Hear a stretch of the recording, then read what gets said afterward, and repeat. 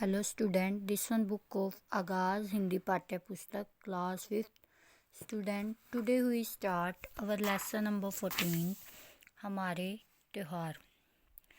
In this chapter we read कि किस तरह हम अपने त्यौहार अलग अलग राज्यों के हिसाब से मनाते हैं. Now see, भारत एक विशाल देश है. विशाल मतलब बड़ा. जो भारत है एक बहुत ही बड़ा देश है.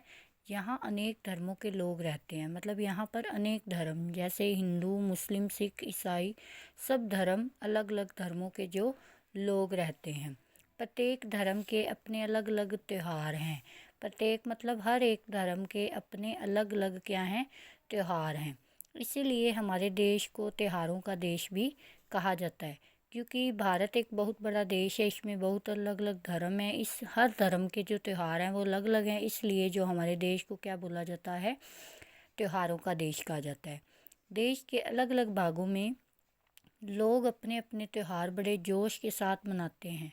जो देश है, देश के जो अलग अलग भाग हैं, मतलब अलग अलग जो एरिया हैं, उसमें जो लोग रहते हैं वो अपने त्यौहार बड़े ही उत्साह के साथ, जोश मतलब उत्साह के साथ मनाते हैं. उनमें से कुछ त्यौहार धर्मों पर और कुछ आने वाली फसलों पर आधारित होते हैं.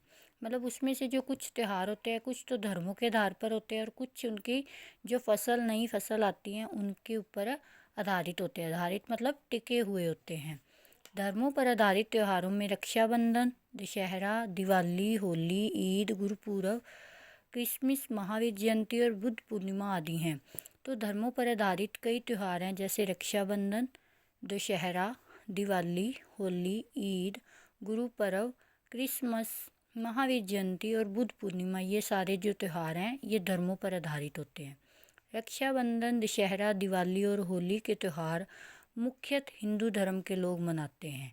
हिंदू धर्म के लोग ज़्यादातर कौन से त्यौहार मनाते हैं? रक्षाबंधन, जब भाई और बहन एक दूसरे को राखी बांधते हैं. दशहरा, जब रावण को जलाया जाता है इस दिन. दिवाली, जब इस दिन प्रभु श्री राम रावण को मारकर 14 बरस के वनवास काट कर घर आए थे. और होली में जब हम एक दूसरे को रंग लगाते हैं. तो ये हमारे मुख्य हिंदू धर्म के लोग ये वाले त्यौहार मनाते हैं. रक्षाबंधन पर बहनें अपने भाइयों को राखी बांधती हैं और भाई अपनी बहनों को उनकी रक्षा करने का वचन देते हैं. तो रक्षाबंधन पर क्या होता है कि बहनें अपने भाइयों को राखी बांधती है और भाई अपने बहनों को उनकी रक्षा करने का वचन देते हैं. इस त्यौहार पर जो भाई अपनी बहनों को उपहार मतलब तोहफे भी देते हैं. दशहरे का त्यौहार बुराई पर अच्छाई की जीत का प्रतीक है. जो दशहरे का त्यौहार होता है बुराई पर अच्छाई की जीत का प्रतीक होता है, क्योंकि इस दिन प्रभु श्री राम रावण जी को मारते हैं. इस दिन रावण, कुंभकर्ण और मेघनाथ के पुतले जलाए जाते हैं. रावण, कुंभकर्ण और मेघनाथ के पुतले जलाए जाते हैं. दिवाली हिंदुओं का जो प्रमुख त्यौहार है. यह त्यौहार हमें अज्ञान और बुराइयों के अंधेरे को मिटाकर ज्ञान और अच्छाई का प्रकाश फैलाने की प्रेरणा देते हैं. तो जब ये वाला दशहरा, इस दशहरे में क्या होता है, रावण और कुंभकर्ण और मेघनाथ को जलाया जाता है. और दिवाली जो होता है वो हिंदुओं का एक बहुत ही प्रमुख त्यौहार होता है, मतलब मेन त्यौहार होता है. यहाँ इस त्यौहार में हमें ज्ञान और बुराइयों को, अंधेरे को क्या करना होता है, मिटाकर ज्ञान और अच्छाई की प्रकाश को फैलाना होता है. मतलब उससे उसकी प्रेरणा मिलती है. इस दिन भगवान जो श्री राम होते हैं वो 14 वर्ष का वनवास काट के कहाँ आते हैं, अयोध्या वापस आए थे. उनके वापस आने की खुशी में अयोध्या वासियों ने घी के दिए जलाकर उनका स्वागत किया था. जब प्रभु श्री राम वापस आए थे वनवास काट कर, तो जो अयोध्या वासी थे उन्होंने घी के दिए जलाकर उनका क्या किया था, स्वागत किया था. तब से ये है दिन दीपावली के रूप में मनाया जाता है. लोग इस दिन देवी लक्ष्मी और गणेश जी की भी पूजा करते हैं.